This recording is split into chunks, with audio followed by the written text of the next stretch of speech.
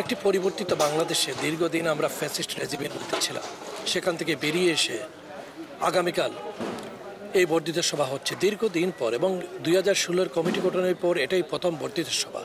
আমরা করতে পারিনি, কিন্তু এই বর্ধিত সভা থেকে এই পরিবর্তিত অবস্থায় আগামী দিনের বাংলাদেশ কীভাবে পরিচালিত হবে, কারণ শুধুমাত্র যে এই দল জনগণের প্রতিনিধিত্বকারী দল বারবার রাষ্ট্র ক্ষমতায় ছিল, এবং আমরা বিশ্বাস রাখতে চাই জনগণের উপর, আগামীতেও এই দলের উপরই জনগণের আস্থা রয়েছে।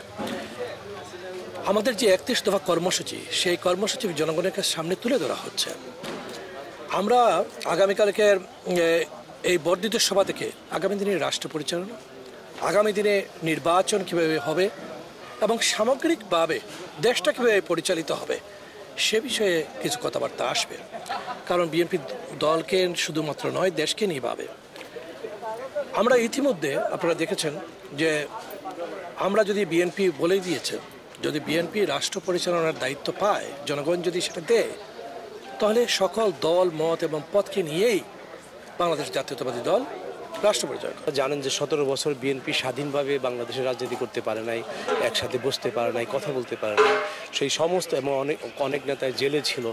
সুতরাং সমস্ত নেতাদের অংশগ্রহণে তাদের বক্তব্য শুনবেন আমাদের শীর্ষ নেতৃবৃন্দ, এবং শীর্ষ নেতৃবৃন্দ আমাদেরকে পরিবর্তিত পরিস্থিতিতে আমাদের নির্বাচন পর্যন্ত আমাদের কী করণীয় হবেন, আমাদের আচার আচরণ ব্যবহার কথাবার্তা, এবং এমন কোনো কাজ করা যাবে না যাতে করে বাংলাদেশের জনগণ মন খারাপ করেন। এবং আমাদের পার্টির চেয়ারপারসন তো বারবারই বলেছেন যে আমাদেরকে জনগণের কাছে যেতে হবে, জনগণের কথা শুনতে হবে, তাদের মন বুঝতে হবে।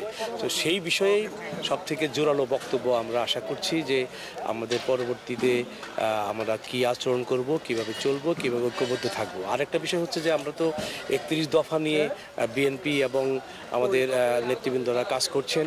সেই 31 দফাকে আরও মানুষের কাছে প্রচার করাও একটা দিক নির্দেশনা থাকবে। সবথেকে বড় দিক নির্দেশনা যেটা থাকবে সেটা হচ্ছে যে আমাদের প্রত্যেকটা অঞ্চলে আমাদের অসংখ্য নেতাকর্মী, তারা জানেন যে তারা বিভিন্নভাবে নিগৃহীত হয়েছেন ফ্যাসিস্ট হাসিনা দ্বারা। তা আমরা চাবো যে তাদেরকে কিভাবে পুনর্বাসিত করা যায়, বা তাদেরকে কীভাবে দলের মধ্যে তাদেরকে অবস্থান সৃষ্টি করা যায়।